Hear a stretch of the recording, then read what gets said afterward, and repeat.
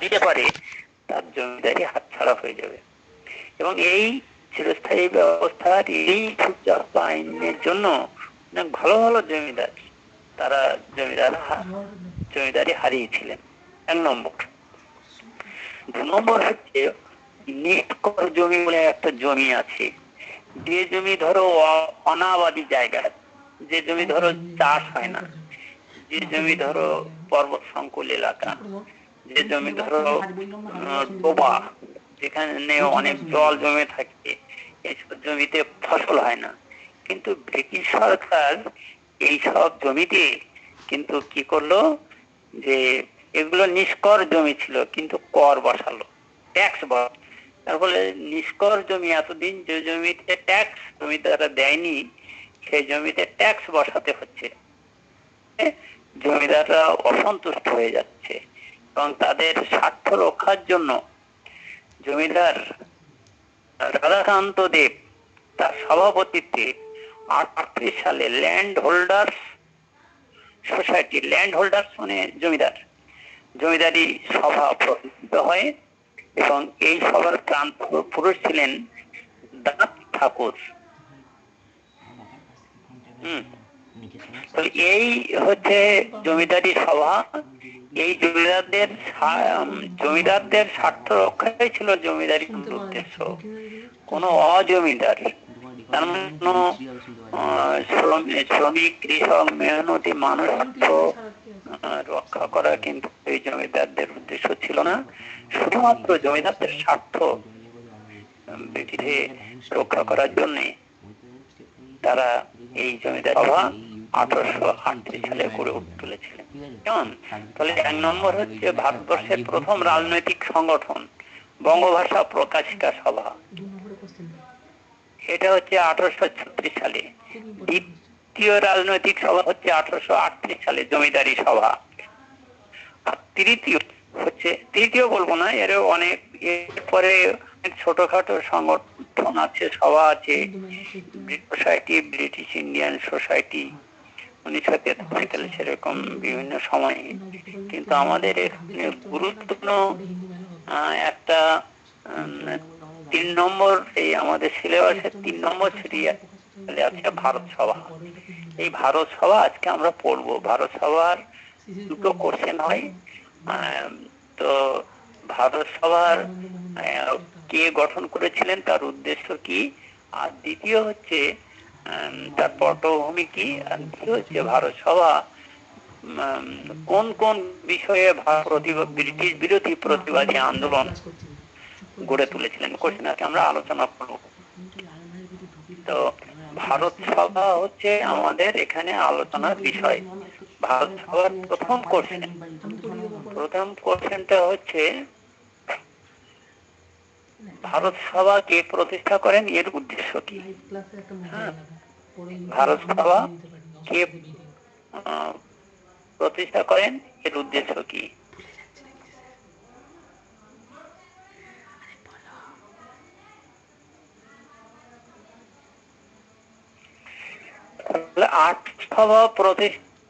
ভারত সভা তাহলে প্রকাশিকা সভা, জমিদারি সভা, এবং পরে আমরা আমাদের বইয়ে যেটা আছে এটা 3 নম্বর বলছি, কিন্তু এর মাঝে কয়েকটা ছোটখাটো সভা আছে, সংগঠন আছে, কিন্তু আমাদের বইতে, আমাদের সিলেবাসে আছে 3 নম্বর আছে ভারত সভা।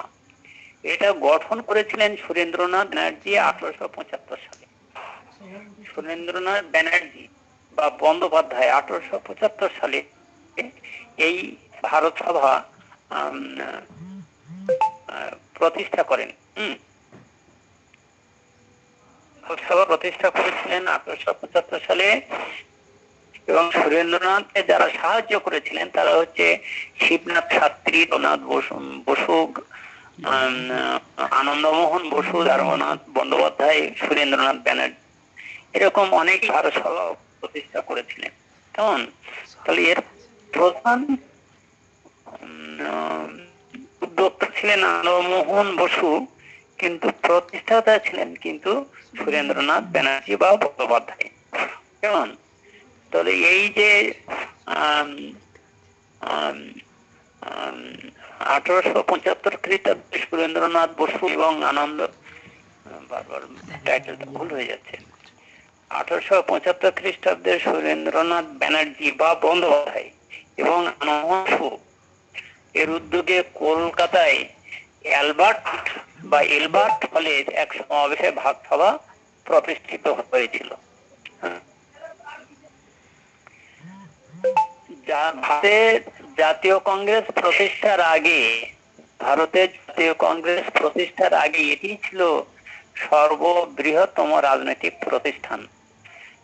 সুরেন্দ্রনাথের লেখা একটা গ্রন্থ নেশন ইন মেকিং, এই গ্রন্থে লিখেছিলেন যে এই সংগঠনকে তিনি জাতীয় বা সর্বভারতীয় সংগঠনে পরিণত করতে চেয়েছিলেন।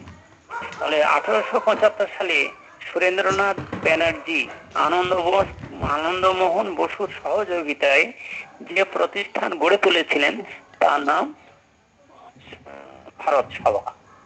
তাহলে এর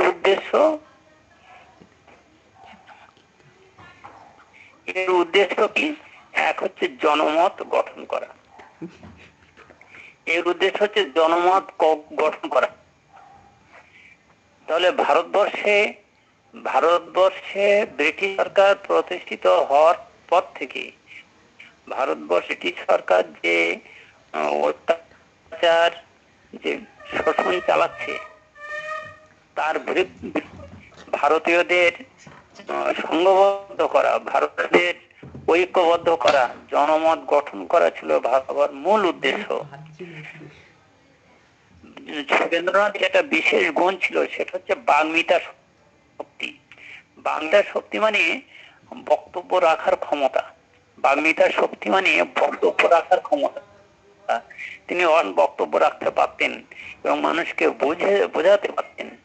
তিনি সমগ্র ভারতে ঘুরে ঘুরে প্রচার চালিয়ে এই সভার যে গুরুত্ব তিনি বৃদ্ধি এবং জনমত সংগঠিত করেছিলেন।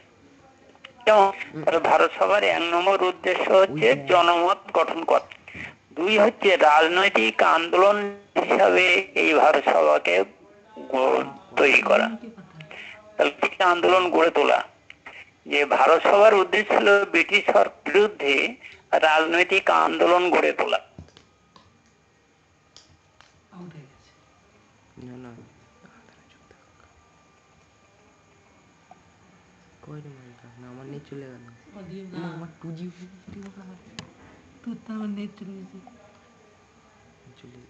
ব্রিটিশ সরকারের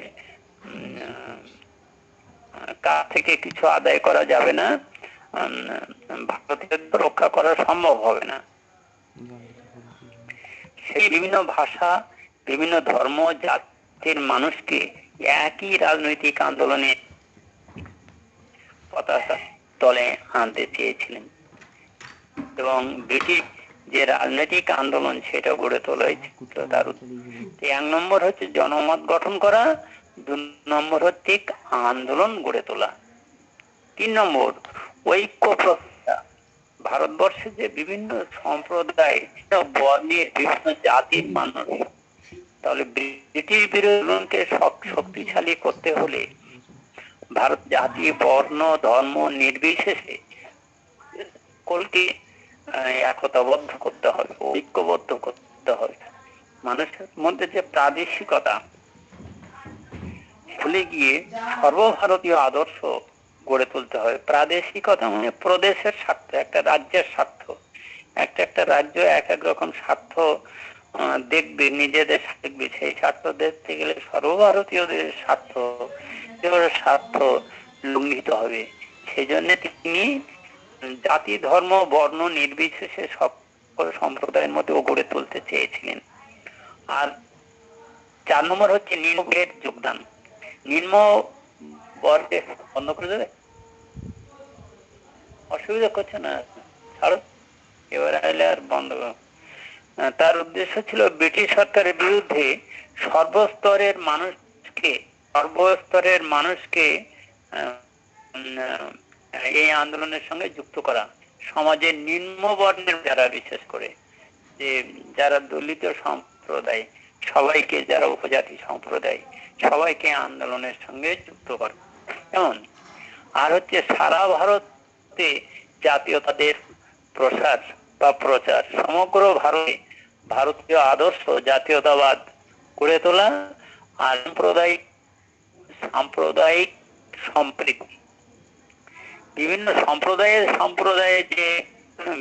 সম্প্রদায়ে যে মারামারি কাটাকাটি, সেই বিভিন্ন সম্প্রদায়ের মধ্যে যে সম্প্রীতি গড়ে তোলা, বিভিন্ন সম্প্রদায়ের মধ্যে ঐক্য গড়ে তোলা, এটাই ছিল সবার উদ্দেশ্য। তো ভারতীয় রাজনৈতিক ইতিহাসে সুরেন্দ্রনাথের ভারত সভার গুরুত্ব খুবই অপরিসীম। হ্যাঁ, তিনি সমগ্র ভারতে ব্রিটিশ বিরোধী আন্দোলন চালিয়ে জনমত গড়ে। কিন্তু দুঃখের বিষয়, সুরেন্দ্রনাথ এত কিছু করে এই ভারত সভাকে সর্বভারতীয় রাজনৈতিক প্রতিষ্ঠানে পরিণত করতে পারেননি।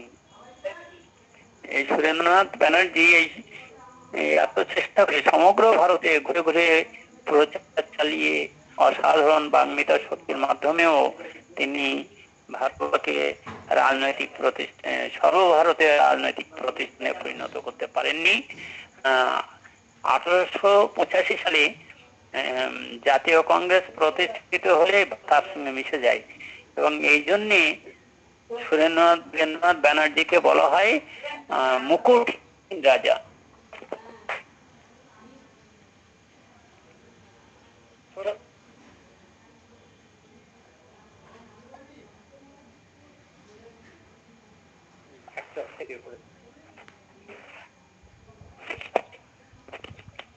সেই জন্য সুরেন্দ্রনাথ ব্যানার্জিকে বলা হয় মুকুটহীন রাজা। কেন মুকুটহীন রাজা? যে রাজা আছে অথচ নেই। আসলে তার যে ইচ্ছা যে সর্বভারতীয় রাজনৈতিক প্রতিষ্ঠানে পরিণত করা, ভারত সরকারকে সর্বভারতীয় রাজনৈতিক প্রতিষ্ঠান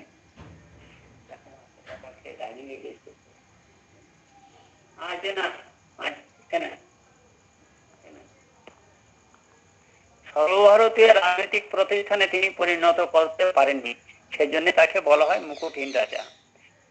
আমাদের এই কোশ্চেন শেষ হলো।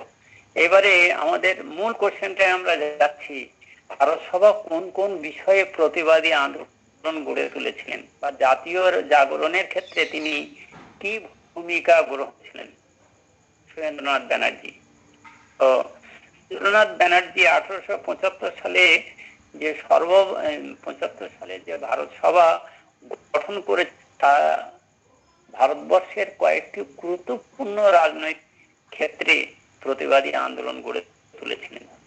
জাতীয় জাগরণের ক্ষেত্রে এই আন্দোলনগুলি অত্যন্ত গুরুত্ব। সুরেন্দ্রনাথ ব্যানার্জি ভারত সভাকে সর্বভারতীয় সভায় পরিণত করেন, কিন্তু এই সুরেন্দ্রনাথ ব্যানার্জি সভার মাধ্যমে বেশ কয়েকটা প্রতিবাদী আন্দোলন গড়ে তুলেছেন। 4টি প্রতিবাদী আন্দোলন গড়ে তুলেছিলেন। এই 4টি প্রতিবাদী আন্দোলন আমরা এখানে আলোচনা করব।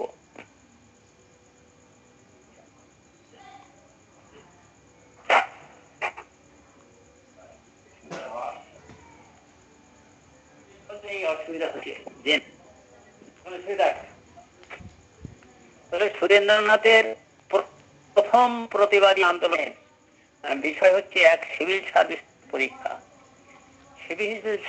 পরীক্ষা। হ্যাঁ, সার্ভিস ছিল আলোচ্য সময়ে চাকরির স্বর্গ ছিল সিভিল সার্ভিস পরীক্ষা, এবং এই পরীক্ষায় পাশ করলে ভারতবর্ষের সবচেয়ে সেরা চাকরিটা পাওয়া যেত, সবচেয়ে বড় পাওয়া যেত। হ্যাঁ, এবং এই সময়ে আমরা 1875 সালে ইতিহাস পড়ছি, সেই সময়ে ভারতবর্ষ থেকে বহু ছাত্রছাত্রী, এই সময়ে ভারতবর্ষ থেকে বহু ছাত্রই বেশিরভাগ তারা এই সিভিল সার্ভিস পরীক্ষায়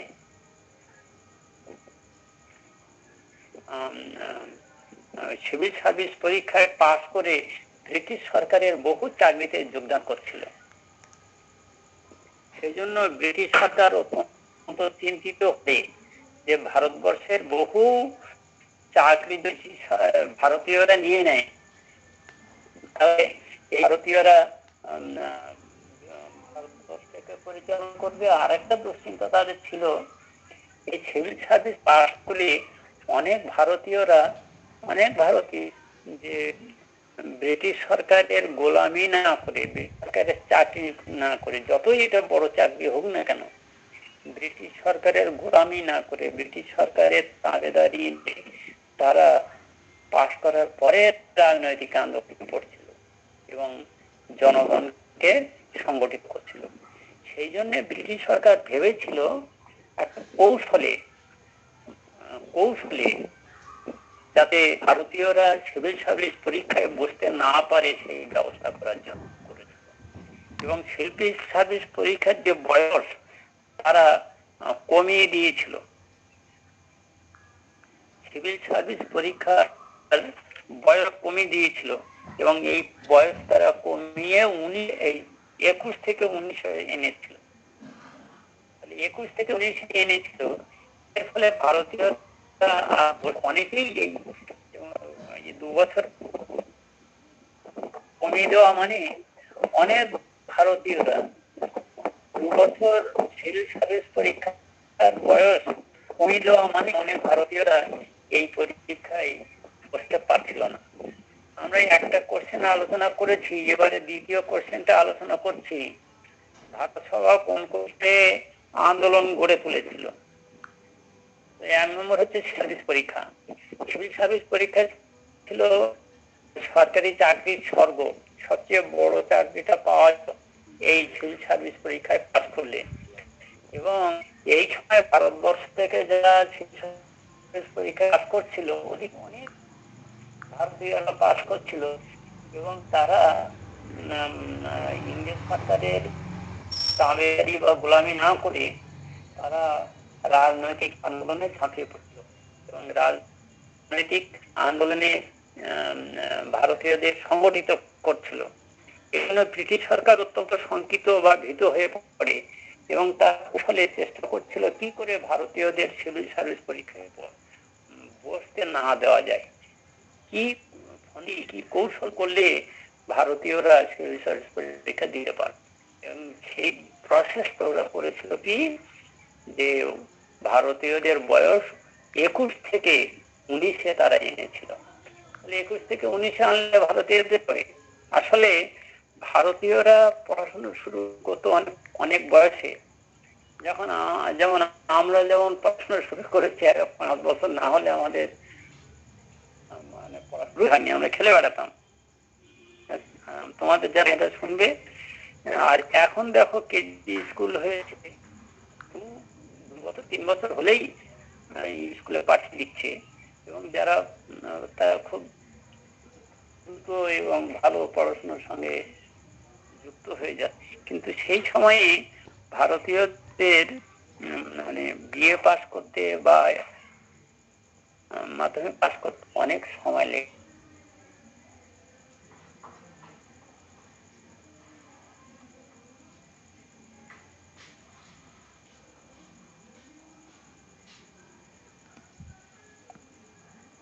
তাহলে 19 বছর বয়সে ভারতীয়দের পরীক্ষায় বসতে পারত না, কারণ এজ লিমিটে তারা বাদ পড়ে যেত। আগে 21 বছর হলে যত সংখ্যক পরীক্ষা দিতে পারত, 19 বছর করে দিয়েই এখানে খুব ডিস্টার্ব করছিল।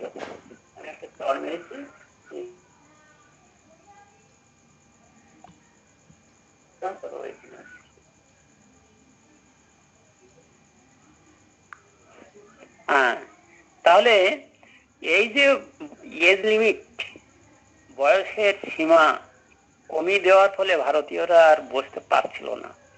এর বিরুদ্ধে সুরেন্দ্রনাথ ব্যানার্জি সবার মাধ্যমে আন্দোলন শুরু করেন এবং দাবি করেন যে ইংল্যান্ডে এবং ভারতে একই সময়ে পরীক্ষা হবে এবং এই পরীক্ষার বয়স করতে হবে। শেষ পর্যন্ত এই পরীক্ষার বয়স 22 বছর করার দাবি রেখেছিলেন। হ্যাঁ বলো। হ্যাঁ আচ্ছা, এই পরীক্ষার বয়স একটা শব্দ হচ্ছে, এবার হচ্ছে না? শুনতে পাচ্ছ? বেশ, বন্ধ করে দাও।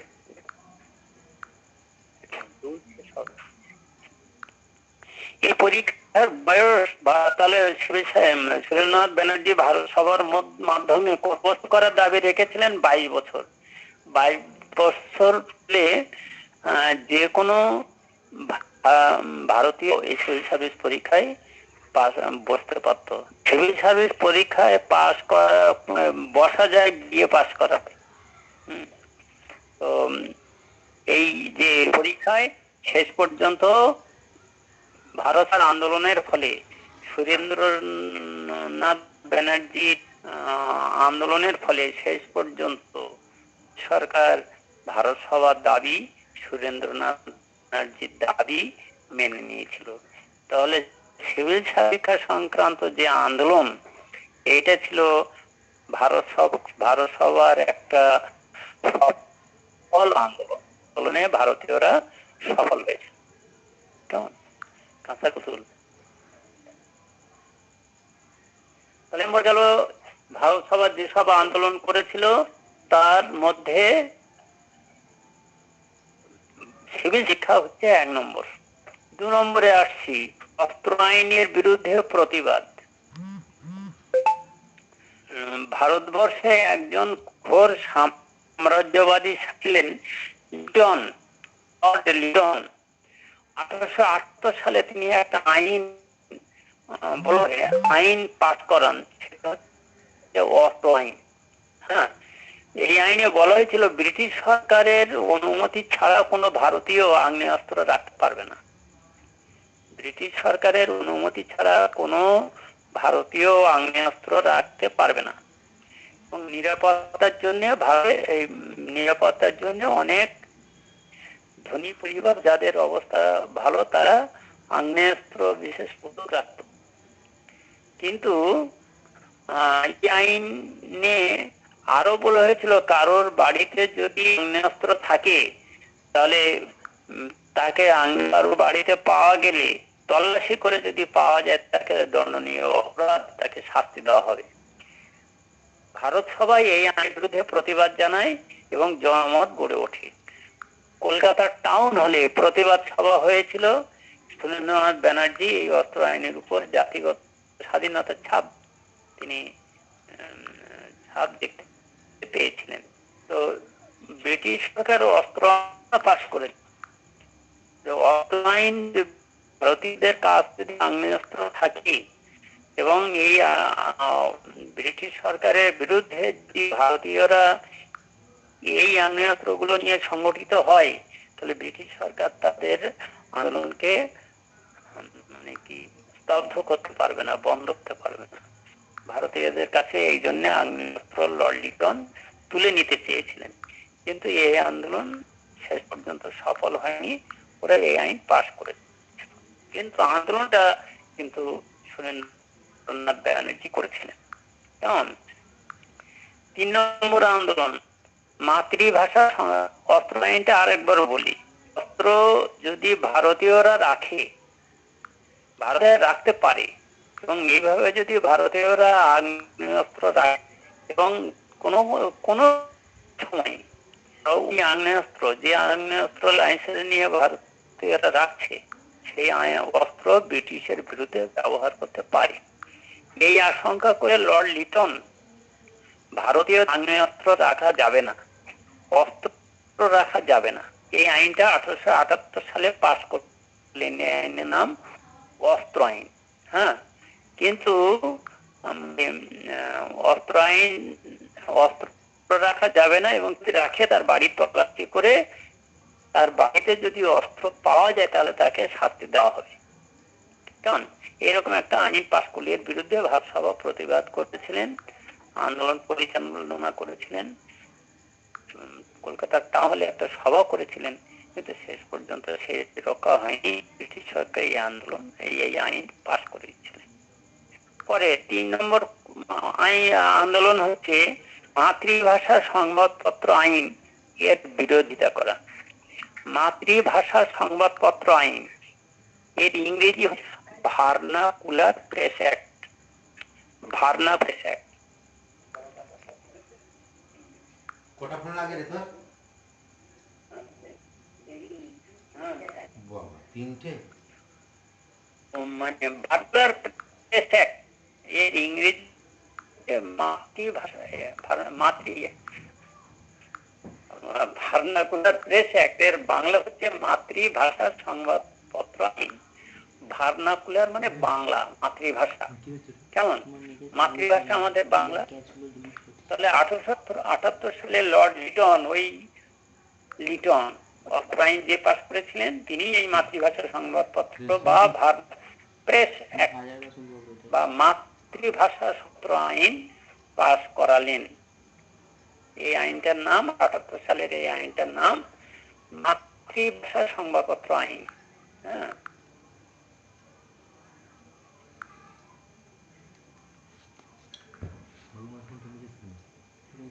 তাহলে এই আইনের আওতায় মাতৃভাষা বলেছে। তাহলে এই আইনের আওতায় ইংরেজি সংবাদপত্র গুলো পড়ছে না। ইংরেজি সংবাদপত্র গুলো এই আইনের আওতার বাইরে রেখে শুধুমাত্র দেশীয় ভাষায় সংবাদপত্র আইন, বাংলা ভাষায় প্রকাশিত যে আইন, সে আইনের উপরে এই আইন জারি করা হয়েছিল।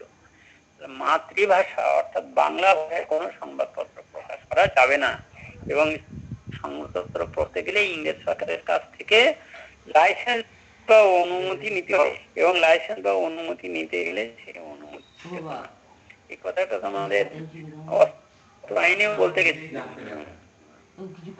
ভুলে গেছি যে বললো অস্ত্র আইন পাশ হলো, অস্ত্র আসতে গেলে ব্রিটিশ সরকারের অনুমতি নিতে হবে। অনুমতি চাইতে গেলে ব্রিটিশ সরকার সেটা দিত না। এক্ষেত্রেও তাই নীলনাথ ব্যানার্জি এই আইনের বিরুদ্ধে প্রতিবাদ জানিয়েছিলেন, এই আইন রোধ করার জন্য সুপারিশ জানিয়েছিলেন, ব্রিটিশ পার্লামেন্টে পর্যন্ত আবেদন জানিয়েছিলেন।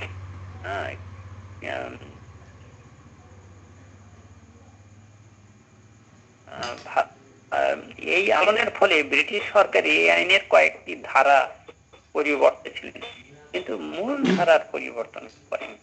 এই আইনটাও সফল হয়েছিল। একটা আইনে কতগুলো ধারা থাকে, সেই আইনের মধ্যে কয়েকটা ধারা পরিবর্তন করেছিলেন, কিন্তু মূল যে বিষয়টা সেটা কিন্তু পরিবর্তন করেন। তাহলেও এই মাতৃভাষা সংবাদপত্র সংক্রান্ত যে আন্দোলন, এটাও একটা সফল আন্দোলন। তাহলে আমি আরেকবার বলছি, শোনো। মাতৃভাষা সংবাদপত্র, মাতৃভাষায় সংবাদপত্র, বাংলা ভাষায় সংবাদপত্র ব্রিটিশ সরকার কেন বন্ধ করতে চাচ্ছে? ব্রিটিশ সরকার তো মানে দুর্নীতি, যে অত্যাচার ভারতীয়দের উপরে চালাচ্ছে, সেই অত্যাচার বা দুর্নীতির কথা খুব কৃষির মাধ্যমে ছড়িয়ে পড়তে পারে, মাতৃভাষা বা সংবাদপত্রের মাধ্যমে ছড়িয়ে পড়তে পারে। ইংরেজি পত্রিকায় লিখলে ভারতবর্ষের অর্ধেকেরও বেশি মানুষ পড়তে পারবে না, শুনতেই পারবে না। কিন্তু বাংলা ভাষায় যদি ব্রিটিশ সরকারের বিরুদ্ধে যে অত্যাচারটা লেখে, তাহলে খুব দ্রুত এই অত্যাচার ভারতীয়দের কাছে, অত্যাচারের যে কাহিনী, অত্যাচারের ইতিহাস খুব দ্রুত ভারতীয়দের কাছে পৌঁছে যাবে। কেমন? খুব দ্রুত ভারতীয়ের কাছে পৌঁছে যাবে, এবং খুব দ্রুত ভারতীয়রা ব্রিটিশ সরকার যে স্বরূপ, যে চরিত্র, তারা জানতে পেরে যাবে। এই জন্য, এবং তারা ঐক্যবদ্ধভাবে জনমত গঠিত হবে। এই জন্য লর্ড লিটন চেয়েছিলেন যে ভারতীয়রা কোনো মাতৃভাষায় সংবাদপত্র প্রকাশ করতে পারবে না। না করতে পারবে তাহলে ব্রিটিশ সরকারের সুবিধা হবে। ব্রিটিশ সরকাররা করতে হচ্ছে, জুলুমবাজি করছে, বিষয়গুলো ভারতীয়রা বেশি বেশি জায়গায় জানতে পারবে না। একটা সংবাদপত্র তো একটা নির্দিষ্ট এরিয়ার মধ্যে সীমাবদ্ধ থাকে না, সেটা বহু এলাকায় ছড়িয়ে পড়তে পারে। একটা সংবাদপত্রের মাধ্যমে ব্রিটিশ সরকারের এই অত্যাচারের কাহিনী বহু দূর পর্যন্ত সমগ্র ভারতবর্ষে ছড়িয়ে পড়তে পারে। এই জন্য ব্রিটিশ মাতৃভাষা সংবাদপত্র আইন, ভার্নাকুলার প্রেস অ্যাক্ট আইন পাশ করে মাতৃভাষা অর্থাৎ বাংলা ভাষায় সংবাদ পত্র প্রকাশনা বন্ধ করে। এর বিরুদ্ধে রবীন্দ্রনাথ ব্যানার্জি আন্দোলন করেছিলেন, আন্দোলন করে শেষ পর্যন্ত তারা সফল হয়েছিলেন। কয়েকটি ধারা তারা পরিবর্তন করতে বাধ্য হয়েছে। যেমন এরপরে আসছি, দেখো ইলবার্ট বিল সংক্রান্ত আন্দোলন। ইলবার্ট বিল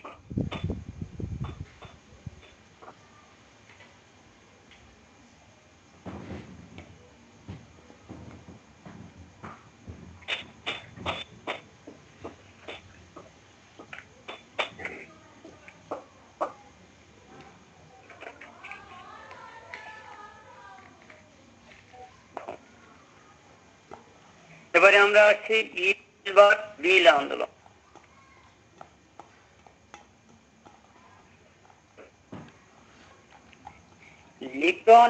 লর্ড লিটন তো ছিল ঘোর সাম্রাজ্যবাদী শাসক, ভারত বিদ্বেষী শাসক। কিন্তু তারপরে একজন শাসক আসে, বড় লর্ড রিপন। আগে যে দুটো আইন পড়লাম সেটা ছিল লর্ড লিটন। হ্যাঁ, লর্ড লিটন। আর এবারে যে বড়লাটের নাম বলছি,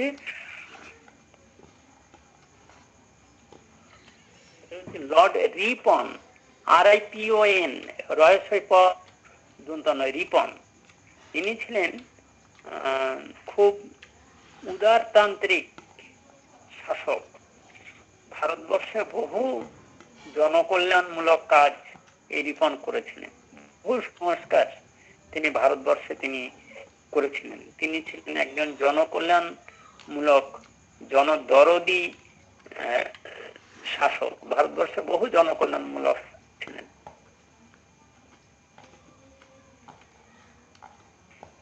তাহলে এই ইলবার্ট বিল হচ্ছে বিচার ব্যবস্থাকে কেন্দ্র করে। ইলবার্ট বিল সংক্রান্ত আন্দোলন হচ্ছে বিচার ব্যবস্থাকে কেন্দ্র করে। বিচার ব্যবস্থাকে কেন্দ্র করে কি ঘটতো দেখা যায়। এ সময় বিচার ব্যবস্থায় বিচার করে, বিচারকরা বিচার করে। বিচারক কারা? যারা ল পড়ে, ওকালতি পাশ করে, তারা বিচার করে, তাই না? কিন্তু এই সময় একটা ঘটনা ঘটেছিল যে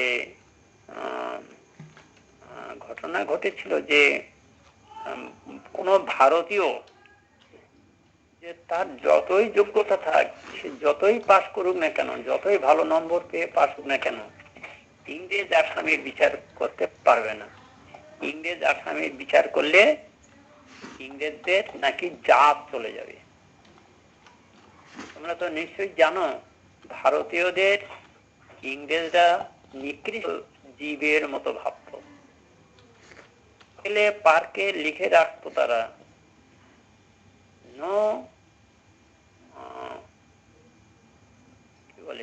হোটেলে পার্কে লিখে রাখতো এবং ভারতীয়দের প্রবেশ নিষেধ, এবং ভারতীয়দের প্রবেশ নিষেধ। দেখো না, বিভিন্ন হোটেল, কিছু মুসলিম হোটেল থাকে, সেখানে বলে নো বিফ, গরু মাংস নেই। কোন কোন হোটেল থেকে অনলি নিরামিষ আহার, তাই না? সেই রকম হোটেলে, পার্কে, রেস্টুরেন্টে তারা লিখে রাখতো কুকুর এবং ভারতীয়দের প্রবেশ নিষেধ। তার মানে যেখানে কুকুর প্রবেশ করতে পারবে, শুধু ভারতীয় প্রবেশ করতে পারবে। তাহলে বুঝতে পারছো যে তারা ভারতীয়দের কত নিকৃষ্ট জীবের সঙ্গে তুলনা করত। তো এই নিকৃষ্ট জীব, সে যোগ্যতা থাক, তার যতই দক্ষতা থাক, সে যতই ল পাস করুক না, যতই কম্পিটিশনে পাস করেছে বিচারক না কেন, ইংরেজ আসামির বিচার করতে পারবে না, আসামির বিচার করতে পারবো না।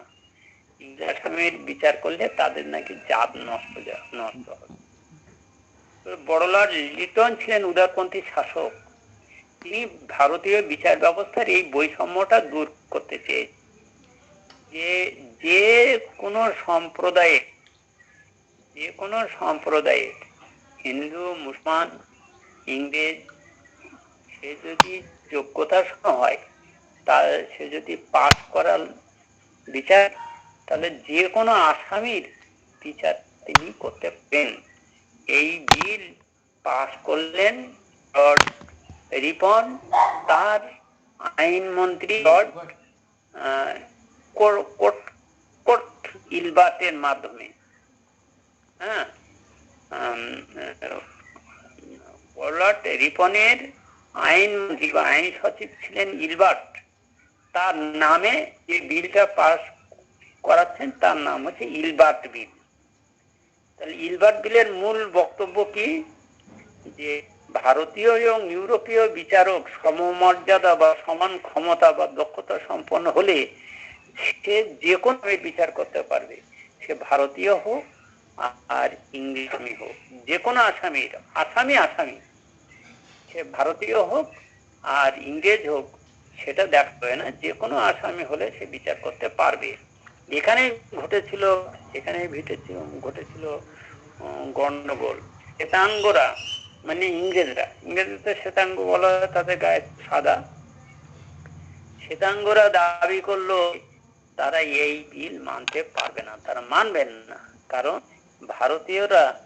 ভারতীয় বিচারক ততই সে যোগ্যতা সম্পন্ন হোক না কেন, তিনি যদি ইংরেজ আসামির বিচার করেন, তাহলে উচ্চ জাতের মানুষ ইংরেজদের জাত নষ্ট হয়ে যাবে।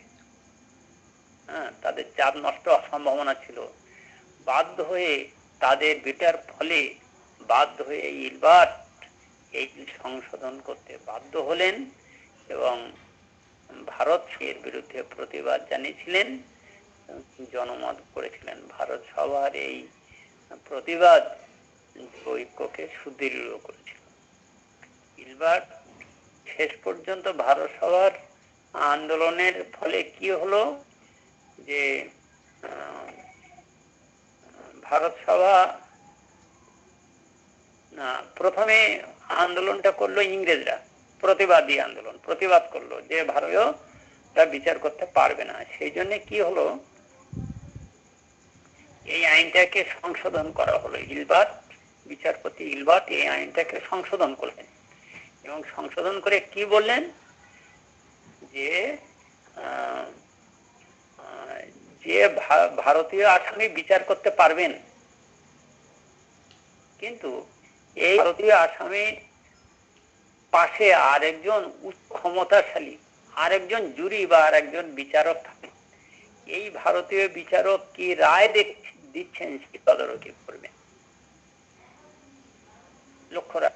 এবং যদি কোনো ইংরেজ আসামির বিরুদ্ধে যায়, তাহলে তিনি সেটাকে বাধা দেন। তাহলে কি হলো, ইংরেজদের বিরোধিতার ফলে কোনো ভারতীয় বিচারক ইংরেজ আসামির বিরুদ্ধে কোনো রায় নিতে পারছেন না। ইংরেজ আসামিকে দোষী করতে যাচ্ছেন, তার উপরে অধিকার বলে আর একটা চেয়ারে বসে আছেন, তিনি একের থেকে লক্ষ্য রাখছেন, কায়দা করে তীক্ষ্ণ দৃষ্টি রেখেছেন আসামির সম্মান নষ্ট হচ্ছে কিনা। তখন তিনি সেই বিচারককে বাধা দেবেন, তিনি সেই রায় দিতে পারবেন না। এর ফলে ভারতীয়রা ক্ষতিগ্রস্ত হলো, ভারতীয়রা সম্মান পেল, ভারতীয় বিচারকদের মর্যাদা নষ্ট হলো, সম্মানহানি হলো। তো সুরেন্দ্রনাথ এর বিরুদ্ধে প্রতিবাদ জানিয়েছিলেন। তাহলে সুরেন্দ্রনাথ ব্যানার্জির প্রতিবাদে ইলবার্ট বিলের কিছু যায় আসেনি। ইলবার্ট বিলের কোনো পরিবর্তন করা যায়নি। ইংরেজদের প্রতিবাদে ইলবার্ট বিলের সংশোধন বা পরিবর্তন হয়েছিল, কিন্তু সুরেন্দ্রনাথ ব্যানার্জির ভারত সভার মাধ্যমে যে আন্দোলন, সেই আন্দোলনের ফলে এই বিলের কোনো পরিবর্তন হয়নি। তো ইলবার্ট বিলের একটা গুরুত্ব আছে, সেটা কি যে ইলবার্ট বিল সংক্রান্ত যে ভারত সভা করেছিল, এই আন্দোলন, ইলবার্ট বিল বিরোধী আন্দোলন ভারতীয় জাতীয়তাবাদকে আরো শক্তিশালী করে, আরো দৃঢ় করে। ভারতীয়রা বুঝতে পারে আন্দোলন ছাড়া ব্রিটিশ সরকারের কাছ থেকে কোনো কিছু আদায় করে নেওয়া যাবে না, এবং ভারতীয়রা জোটবদ্ধ ছাড়া সংঘবদ্ধ হয়। কেমন? এটা হচ্ছে 4 নম্বর আন্দোলন। এরপরে আমরা আসবো ভারতীয় জাতীয় সম্মেলন।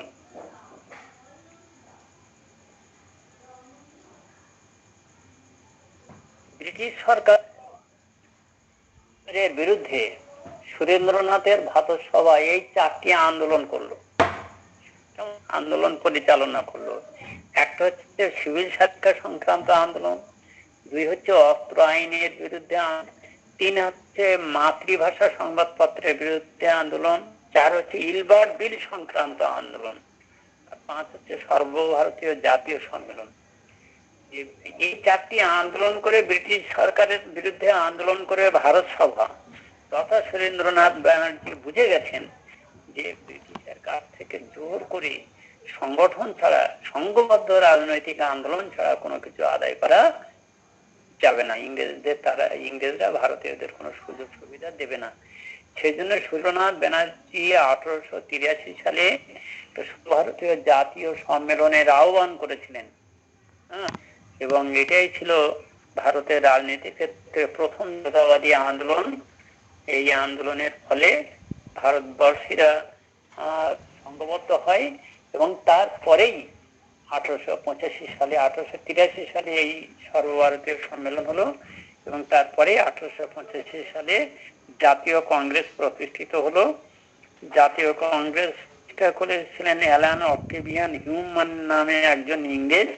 জাতীয় কংগ্রেসের যে ইতিহাস, প্রতিষ্ঠা, কার্যকলাপ, চরমপন্থী, নরমপন্থী, এইসব ব্যাপার এগুলো আমাদের সিলেবাসে নেই,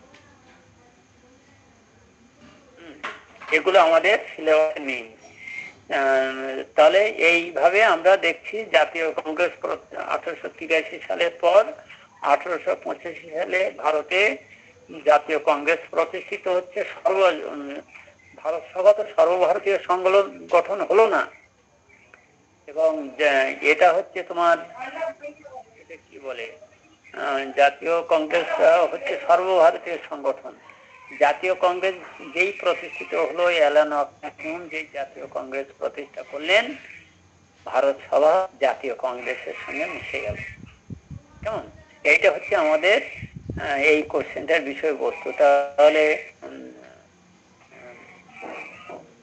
মূল্যায়নে যে জাতীয় কংগ্রেস প্রতিষ্ঠার আগে ভারত সভার মাধ্যমে ভারতবর্ষের যত সর্বভারতীয় রাজনৈতিক আন্দোলন পরিচালিত হয়েছে সুরেন্দ্রনাথ ব্যানার্জির নেতৃত্বে, এই আন্দোলনের পরিপ্রেক্ষিতে অক্টেভিয়ান হিউম 1885 সালে ভারতের জাতীয় কংগ্রেস প্রতিষ্ঠান।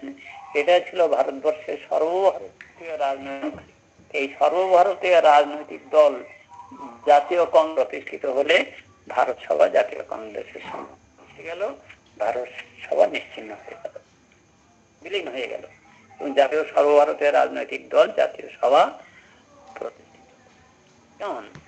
তাহলে এই কোশ্চেনটা আরেকবার করছি, খুব ইম্পর্টেন্ট কোশ্চেন। সুরেন্দ্রনাথ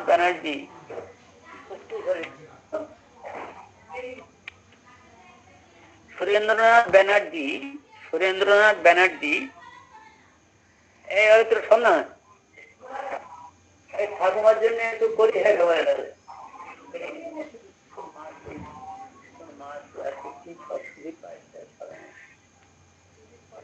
আমিও সব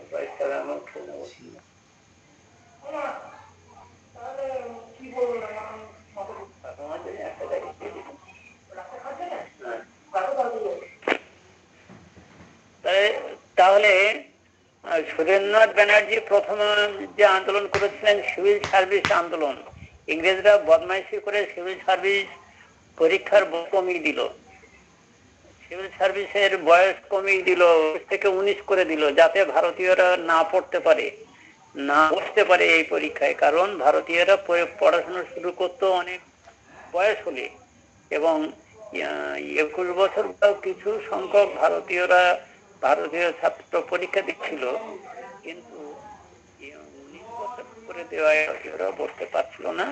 এর বিরুদ্ধে ব্যানার্জি প্রতিবাদ করেছিলেন এবং 22 বছর দাবি করেছিলেন পরীক্ষা বয়স, কিন্তু শেষ পর্যন্ত ব্রিটিশ সরকার সুরেন্দ্রনাথ ব্যানার্জির দাবি মেনে নিতে বাধ্য হয়েছিলেন। 2 নম্বর হচ্ছে অস্ত্র আইন। ভারতীয়দের কাছে অস্ত্র থাকলে তো সেই অস্ত্র ব্রিটিশের বিরুদ্ধে কাজে লাগাতে পারে এবং তারা ব্রিটিশ বিরোধী আন্দোলন করতে পারে। সেজন্য লর্ড লিটন ছিলেন ঘোর সাম্রাজ্যবাদী শাসক, ফলে বলে কৌশলে ভারতকে বেশি দিন রাজত্ব করাই ছিল তার উদ্দেশ্য। এই জন্য তিনি দেখছেন ভারতীয়দের কাছে অস্ত্র রাখা যাবে না, তারা বিরোধিতা করতে। অস্ত্র আইন তিনি পাশ করলেন 1878 সালে অস্ত্র আইন পাশ করলেন, এবং এই আইনে বলা হলো কেউ যদি অস্ত্র রাখতে তাহলে তার বাড়ি তল্লাশি করে তাকে শাস্তি প্রদান করা। কেমন? কিন্তু তিনি প্রতিবাদ করলেও শেষ পর্যন্ত পাশ হয়ে গেল। তারপরে আছে মাতৃভাষা সংবাদপত্র আইন। মাতৃভাষা অর্থাৎ বাংলা ভাষায় কোনো সংবাদপত্র প্রকাশ করা যাবে না। মাতৃভাষা বা বাংলা ভাষায় কোনো সংবাদপত্র প্রকাশ করা যাবে না, কারণ হচ্ছে এই মাতৃভাষায় বা বাংলা ভাষায় সংবাদপত্র প্রকাশিত হলে ব্রিটিশ সরকারের যে অত্যাচার, ব্রিটিশ সরকারের যে প্রকৃত রূপ খুব দ্রুত সংবাদপত্রের মাধ্যমে সমগ্র ভারতবাসীরা জানতে পারবে। এই জন্য মাতৃভাষা সংবাদপত্র আইন পাশ করলেন, ভার্নাকুলার প্রেস অ্যাক্ট পাশ করলেন, এবং শেষ পর্যন্ত রবীন্দ্রনাথের বিরোধীদের ফলে কয়েকটা নীতি, কয়েকটা ধারা এই আন্দোলনে তারা পরিবর্তন করতে বাধ্য হয়েছিলেন। তারপরে আছে ইলবার্ট বিল সংক্রান্ত আন্দোলন।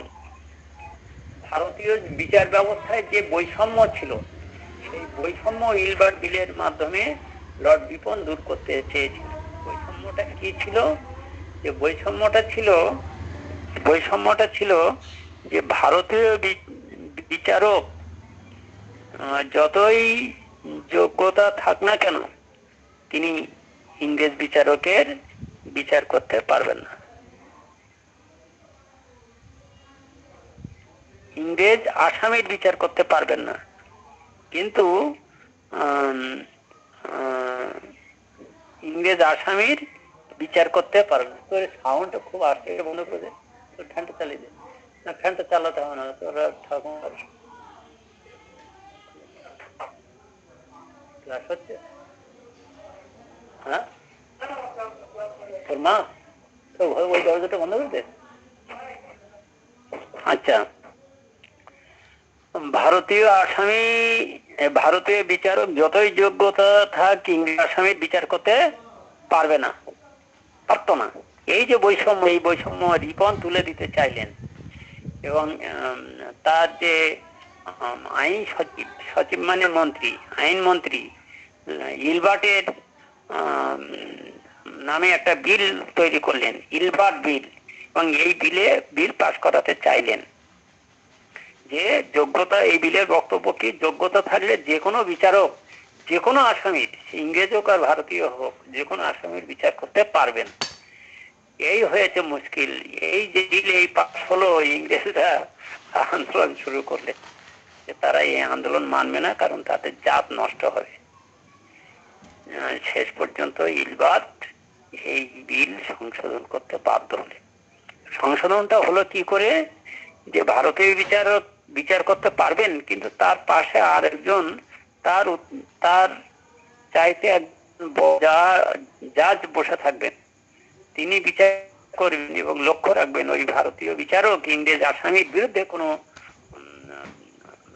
রায় দিতে পারবেন না। হ্যাঁ, যার ফলে ভারতীয়দের এই বিলের মাধ্যমে সম্মানহানি হয়েছিল। সুরেন্দ্রনাথ ব্যানার্জি এর প্রতিবাদ করেছিলেন, কিছুই কাজ হয়নি। শেষ পর্যন্ত সুরেন্দ্রনাথ ব্যানার্জির এই এই যে এর বিরোধিতা করেছিলেন, বিরোধিতা করে বেশ কিছু কাজ তিনি করতে পারেননি। কিন্তু এই যে আন্দোলন, গুরুত্ব হচ্ছে এই বিল বিরোধী আন্দোলন ভারতীয় জাতীয়তাবাদকে শক্তিশালী করেছিল, জাতীয় ঐক্যকে শক্তিশালী করেছিল। বুঝেছিল, ভারতীয়রা বুঝেছিল যে ব্রিটিশ সরকারের কাছ থেকে ভারতের সম্মান রাজনৈতিক আন্দোলন ছাড়া আদায় করা যাবে না। এটা হচ্ছে ভারত সভার এই আন্দোলনের মূল। তারপরে হচ্ছে সর্বভারতীয় জাতীয় সম্মেলন। 1883 সালে সুরেন্দ্রনাথ ব্যানার্জি একটা সর্বভারতীয় জাতীয় সম্মেলন ডাকলেন। এই সম্মেলনের মূল উদ্দেশ্য হচ্ছে ভারতে ঐক্যবদ্ধ রাজনৈতিক আন্দোলন গড়ে তোলা, এবং তিনি সর্বভারতীয় জাতীয় আন্দোলনের আহ্বান করলেন। এবং এটাই ছিল প্রথম জাতীয় সম্মেলন এবং বহু লোক তার নেতৃত্বে সংগঠিত হয়েছিলেন। কিন্তু সুরেন্দ্রনাথ ব্যানার্জির সর্বভারতীয় নেতায় পরিণত হতে পারেননি। চেষ্টা করেও তিনি সর্বভারতীয় সংগঠন রূপে ভারত সভাকে প্রতিষ্ঠিত করতে পারেননি। এই জন্য তাকে বলা হয় মুকুটহীন রাজা। যাক, শেষ পর্যন্ত মূল্যায়নে যেটাই দেখিয়েছি যে শেষ পর্যন্ত 1885 সালে ভারতের জাতীয় একটা দল গঠিত হলো, সর্বভারতীয় রাজনৈতিক দল। এটা প্রতিষ্ঠা করেছিলেন অ্যালান অক্টেভিয়ান হিউম নামে এই দল প্রতিষ্ঠা করেছিলেন। এটা ভারতবর্ষে একটা ষড়যন্ত্রমূলক দল। হিউমের লক্ষ্য ছিল ভারতবর্ষে যদি এরকম একটা রাজনৈতিক সংগঠন থাকে, জাতীয় কংগ্রেসের মতো একটা দল থাকে, তো একটা দলের কাছ থেকে সভাপতি সম্পাদক কাছ থেকে ভারতীয়রা আন্দোলন কি করতে চাচ্ছে, ব্রিটিশ সরকারের কি পদক্ষেপ নিচ্ছে, এক জায়গা থেকে সমস্ত তথ্য জেনে নিয়ে সেরকম ভাবে মোকাবিলা করতে পারবে। সেজন্য এই অ্যালান অক্টেভিয়ান হিউমের জাতীয় কংগ্রেস প্রতিষ্ঠাকে বলা হয় ষড়যন্ত্র তত্ত্ব। এবং জাতীয় কংগ্রেস প্রতিষ্ঠিত হলে সুরেন্দ্রনাথের ভারত সভা এই জাতীয় কংগ্রেসের সঙ্গে মিশে যায় এবং ভারতে একটা সর্বভারতীয় রাজনৈতিক সংগঠন গড়ে ওঠে, তার নাম জাতীয় কংগ্রেস। এখন যে কংগ্রেস দেখছো, এই কংগ্রেস হচ্ছে হাত চিহ্নে দাঁড়ায়, সেইটা হচ্ছে 1885 জাতীয় কংগ্রেস। সেটা 1885 সালে গঠিত হয়েছিল। ইন্দিরা গান্ধী এবং তার পরিবার, রাহুল গান্ধী এখন এর পরিচালনা করেন। আর হচ্ছে এই যে তৃণমূল কংগ্রেস, এটা ওই মূল কংগ্রেস থেকে বেরিয়ে এসে তৃণমূল হয়। এবং এই কংগ্রেস প্রথম কংগ্রেস হচ্ছে জাতীয় কংগ্রেস।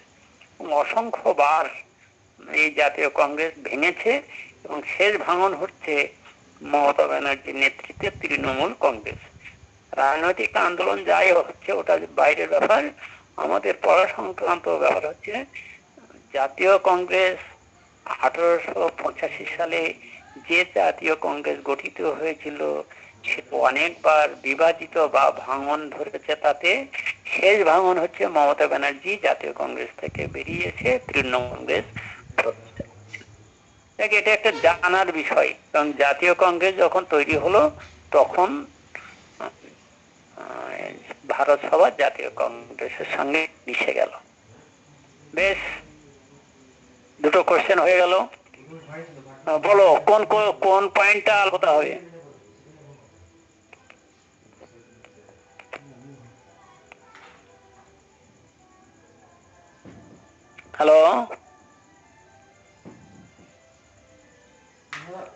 হ্যালো, বলো কোন পয়েন্টটা আলাদা হবে?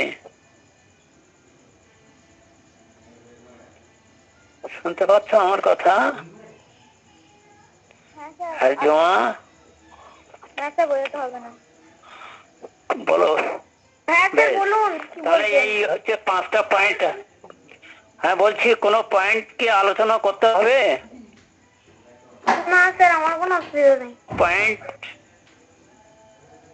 বেশ ভালো।